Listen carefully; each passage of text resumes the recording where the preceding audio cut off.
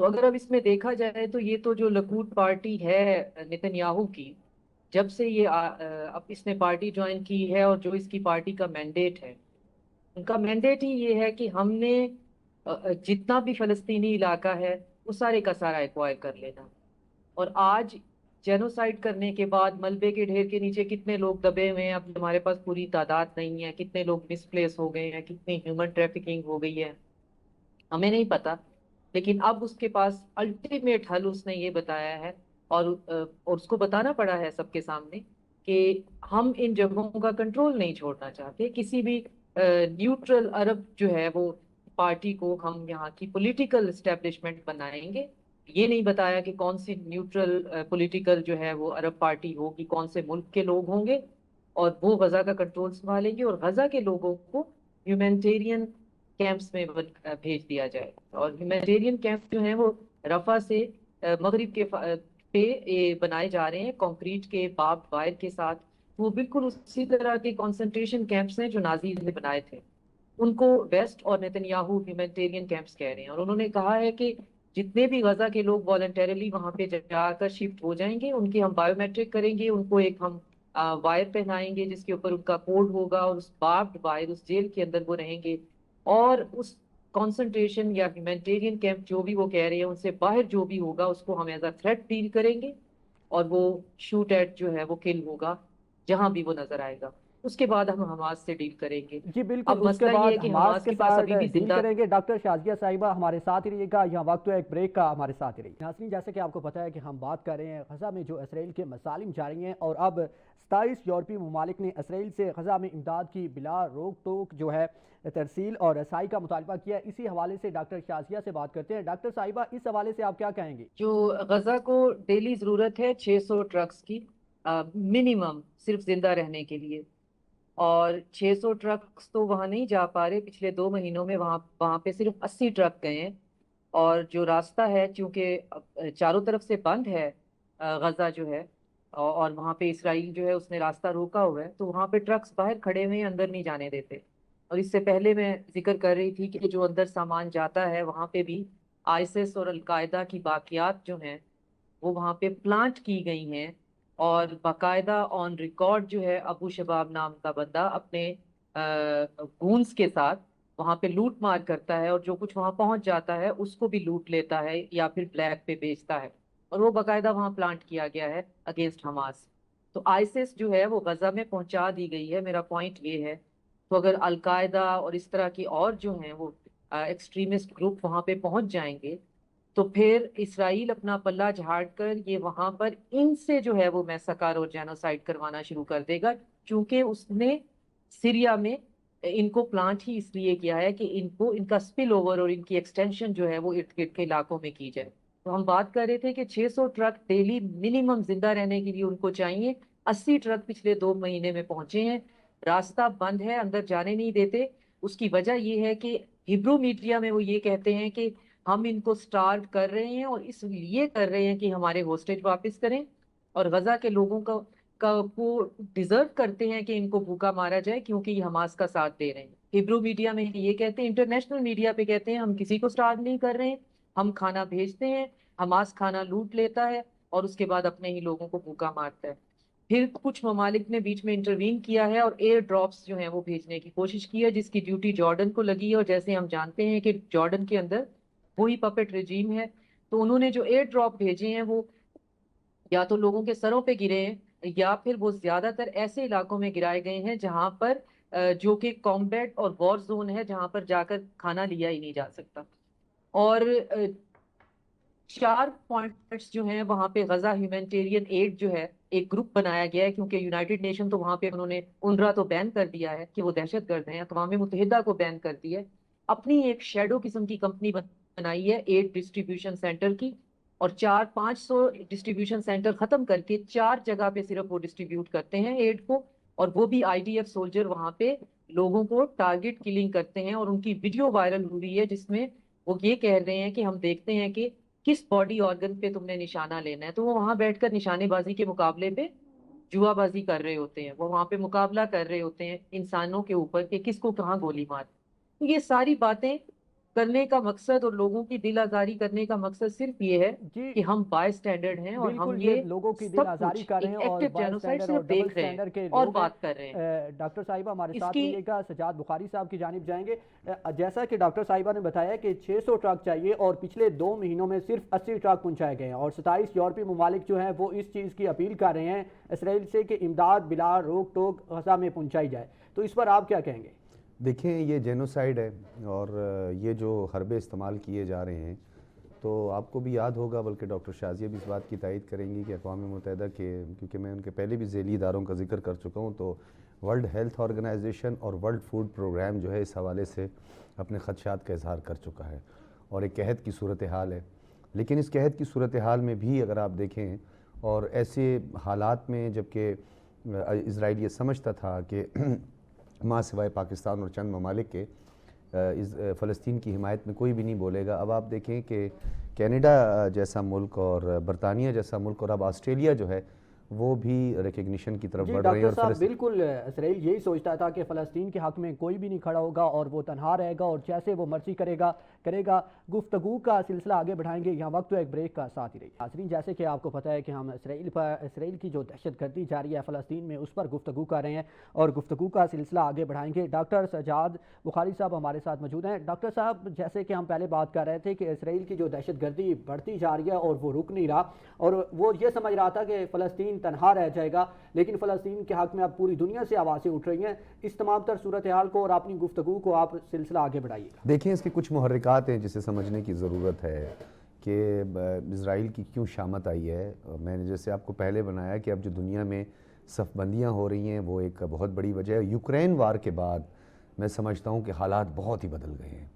Europe جو ہے وہ بھی بہت بدل گیا ہے، اور پھر اس کے بعد یہ جو ایکسپینشن ہے یا یہ جو رائٹ ونگ کی جو پولیٹکس کی جا رہی ہے، اور پھر یہ جو نازیز ایک ماڈل بہت سارے ممالک ایڈاپٹ کرنے کی کوشش کریں۔ اب آپ یہ دیکھیں کہ ہندوستان کے اندر کانگریس جو ہے وہ بھی آر ایس ایس پہ اور بی جے پی پر جو ہے شدید تنقید کر رہی ہے کہ وہ غزہ کی اس بربریت پر خاموش کیوں ہیں، بلکہ خاموشی تو ایک طرف ہے، یہ رائٹ ونگ کی جو پولیٹکس ہے یا جو ان کے لیڈرز ہیں یا سپریمیسٹ ہیں، چاہے وہ ہندو انتہا پسند ہوں یا زائنسٹ ہوں، وہ لاجسٹک اور فائنینشیل سپورٹ بھی کر رہے ہیں اسرائیل کی، اور امریکہ کی مجبوری ہے۔ میں یہ سمجھتا ہوں امریکہ اس بات کو جانتا ہے کہ جو گریٹر اسرائیل ہے اس کا جو اسٹرکچر ہے، اس اسٹرکچر کے اندر خود کو جنتی قرار دینا اور خود کو سب سے مہا سمجھ کے اور پوری دنیا پہ اور خاص طور پہ مشرق وسطیٰ اور بہت سارے ممالک پر قابض ہو کر ایک گریٹر اسرائیل کا جو ایجنڈا ہے، اس ایجنڈے سے ہم نہیں بلکہ پوری دنیا واقف ہے، اور یہ بھی واقف ہے کہ یہ جو رائٹ ونگ اور جو نازیز ہیں، یہ نازیز جو ہیں وہ کسی کے دوست نہیں ہیں۔ امریکہ کی جو معیشت ہے ڈیفینیٹلی اس کی معیشت اسی پہ کھڑی ہے، اسی پہ ڈیپینڈ کرتی ہے، لیکن جو شرمناک حملہ قرار دیا تھا نیتن یاہو کا، جو کہ تہران پر حملہ ہوا تھا، آپ کو یاد ہوگا ایران پر حملہ ہوا تھا، اسے ایک شرمناک حملہ قرار دیا تھا۔ ہاں ایک چیز اور بھی ہے، میں متعدد بار آپ کے اس پروگرام میں اس کا ذکر کر چکا ہوں، ایک تو یہ جو بین الاقوامی نورہ کشتی ہے نا، اس کو سمجھنے کی ضرورت ہے۔ اس میں مکہ پہلے سے ہوا ہوتا ہے، بہت ساری چیزیں طے کی ہوتی ہیں، کچھ کنونشنز ہوتے ہیں، کچھ بین الاقوامی اصول ہوتے ہیں، قوانین ہوتے ہیں، اس کی ایک وجہ بھی ہوتی ہے کہ تھوڑے سے اس حوالے سے اسٹیٹمنٹ دے دی جاتی ہے۔ اب آپ جو ڈیولپمنٹس ہوئی ہیں دیکھیں کہ آپ سیکیورٹی کونسل کے 2 اجلاس دیکھ لیں، تیسرا اجلاس بھی، بلکہ اس میں بلکہ چین نے جو ہے وہ تو اس دفعہ بھی جو ہے نا اس پہ شدید اعتراضات اٹھائے ہیں اور بربریت پر آواز اٹھائی ہے۔ اقوام متحدہ کی جنرل اسمبلی کی آپ رولنگ اٹھا کر دیں، یو این کی رولنگ کوئی چھوٹی بات نہیں ہے، پھر انٹرنیشنل کورٹ آف جسٹس کی ججمنٹ آپ اٹھا کر دیکھ لیں کہ اس کو ایک جنگی مجرم قرار دیا ہے، کہ وار کرمنل قرار دیا نیتن یاہو، جنگی مجرم قرار دیا گیا ہے، اور اس کو اس چیز کا اثر ہی نہیں ہو رہا اور اس کی دہشت گردی بڑھتی جا رہی ہے۔ واپس آئیں گے ناظرین اس بریک کے بعد، ساتھ ہی رہیے۔ ویلکم بیک، پروگرام کا سلسلہ آگے بڑھائیں گے اور اسی حوالے سے بات کریں گے۔ سجاد صاحب ہمارے ساتھ موجود ہیں۔ سجاد صاحب، ہم دیکھتے ہیں کہ ایک طرف امریکہ کا جو ہے وہ بیانیہ سامنے آتا ہے کہ دنیا سے جنگیں ختم کروانی ہیں، یوکرین اور رشیا کی جنگ ختم کروانی ہے، آرمینیا اور آذربائیجان کی جنگ ختم کروائی جاتی ہے، بھارت اور پاکستان کی جنگ بھی ختم کروائی جاتی ہے، لیکن دوسری طرف ہم دیکھتے ہیں کہ جو اسرائیل ہے اس کی پشت پر کھڑا ہے۔ وہ اگر اسرائیل اور ایران آپس میں آتے ہیں اور ایران کے سے جب اس کو مار پڑنا شروع ہوتی ہے تو امریکہ سے اٹھتا ہے اور ایران پر حملہ آ کے کرتا ہے ڈونلڈ ٹرمپ۔ یہاں پر وہ سختیاں نظر نہیں آ رہی ہیں اور اس کو رکوانے کے لیے اس کی جانب سے کوئی حکمت عملی سامنے نہیں آ رہی۔ بالکل، جس طرح ڈاکٹر شازیہ نے اب ان کا جو پورا مائنڈ سیٹ ہے اور جو ان کی حکمت عملی ہے نیتن یاہو کی، اس کی پہ تفصیلاً انہوں نے بات کی۔ ڈیفینیٹلی ڈاکٹر شازیہ جو ہیں وہ بین الاقوامی امور پر بہت ان کی جو ہے گرپ ہے، سمجھتی ہیں، ان کی بڑی امپورٹنس ہے اس کنٹینٹ کے حوالے سے. لیکن ایک طالب علم کے ناطے میں یہ سمجھتا ہوں بین الاقوامی امور کے کہ اس وقت جو آئسولیشن کی طرف بڑھ رہا ہے نیتن یاہو، اس میں کوئی شک نہیں ہے کہ دنیا کی ایک اکنامک پار ہے، اور ایون کہ امریکہ کی اکانومی کو بھی کیپچر کیا ہوا ہے. لابنگ ہے اس کی، امریکی کانگریس کے اندر بھی اس کی لابنگ ہے، اور اب تو ڈونلڈ ٹرمپ جو ہے اس کا اظہار بھی برملا کر بھی چکے ہیں کہ کچھ ان کی مجبوریاں ضرور ہیں لیکن وہ اس پاگل پن کے حق میں نہیں ہیں. نیتن یاہو آپ کو یاد ہوگا، بالخصوص ڈونلڈ ٹرمپ کی ہم بات کریں تو ایک ٹرائکا پلس ہم کہا کرتے تھے، بورس جانسن بھی اس میں شامل تھے اور نریندر مودی بھی اس کا حصہ تھے، جس کو ہم رائٹ ونگ کی ایکسٹریم سپریمسٹ کہتے تھے. اور پھر وائٹ سپریمسٹ جو ہے وہ ہمیں امریکہ میں نظر آئے تھے، لیکن اب بتدریج جو ہے اس کا ڈاؤن فال ہوتا جا رہا ہے، کیونکہ اب ایکسٹریمزم جو ہے یا سپریمیسی جو ہے وہ اس کا خاتمہ ہونے جا رہا ہے پوری دنیا میں، کیونکہ نئی فارمیشنز ہو رہی ہیں، نئی صف بندیاں ہو رہی ہیں. اب جرمن جو چانسلر ہیں انہوں نے بھی واضح طور پر کہہ دیا ہے کہ اب ہم اسرائیل نے جس طرح ایکسٹینڈ کی ہے اپنی وار اور غزہ میں، تو تب سے ہم نے ان کو اسلحے کی فراہمی بھی روک دی ہے. اب مزید جو ہے جب ریکگنیشن ملتی جائے گی اقوام متحدہ میں تو بیک فٹ پر جانا پڑے گا، اور دنیا کو بھی اس بات کا ادراک ہونا چاہیے کہ یہ ایک مثال قائم ہو سکتی ہے اور کسی کی بھی ٹیریٹری پر جو ہے وہ قبضہ کیا جا سکتا ہے اسی ماڈل کو لے کے. جس طرح نازیز کا ذکر ڈاکٹر شازیہ نے کیا، یہ نازیز آج نہیں، 18ویں صدی کے آخر میں آپ نے دیکھے کہ نازیز کا ایک عروج ہمیں نظر آیا، پھر اس کے بعد کچھ عرصہ کے لیے اس کی خاموشی ہمیں نظر آئی، لیکن دوبارہ سے فلسطین میں جس طریقے سے اچھا ڈاکٹر صاحب ہمارے ساتھ رہیے گا، ایک دفعہ پھر رخ کریں گے ڈاکٹر شازیہ صاحبہ کی جانب. ڈاکٹر شازیہ صاحبہ آپ اس حوالے سے کیا کہیں گی؟ جی بالکل ڈاکٹر صاحب، ڈاکٹر سجاد صاحب درست فرما رہے ہیں کہ یہ دوبارہ سے نازیزم ہمیں ایکسیپٹڈ جو ہے وہ ہوتا ہوا ایک نیو نارمل کے طور پہ نظر آ رہا ہے. یہی ہائپر ایتھنک، ریلیجیس اور ہائپر نیشنل ایٹیٹیوڈ ہمیں اپنے پڑوس میں بھی نظر آتا ہے، اور یہی ایکسپیریمنٹ جو ہے وہ اسرائیل نے بھی کیا. اب ایکسپیریمنٹ کرانے والے جو ہیں ان کو سمجھ نہیں آ رہی کہ اب ہم اس سے پیچھا کیسے چھڑوائیں. امریکہ اور برٹن جو ہیں ان کے اسپائی جو ایروپلین ہیں وہ غزہ کے اوپر سرویلنس کرتے تھے اور کہتے یہ تھے کہ ہم اپنے ہوسٹیج کی لوکیشن وغیرہ دیکھ رہے ہیں. 3 دن پہلے ان اسپائی پلینز کی جو کہ سائپرس سے اٹھتے تھے ان کو سب لیٹ کر دیا گیا، آؤٹ سورس کر دیا گیا کسی پرائیویٹ کمپنی کو.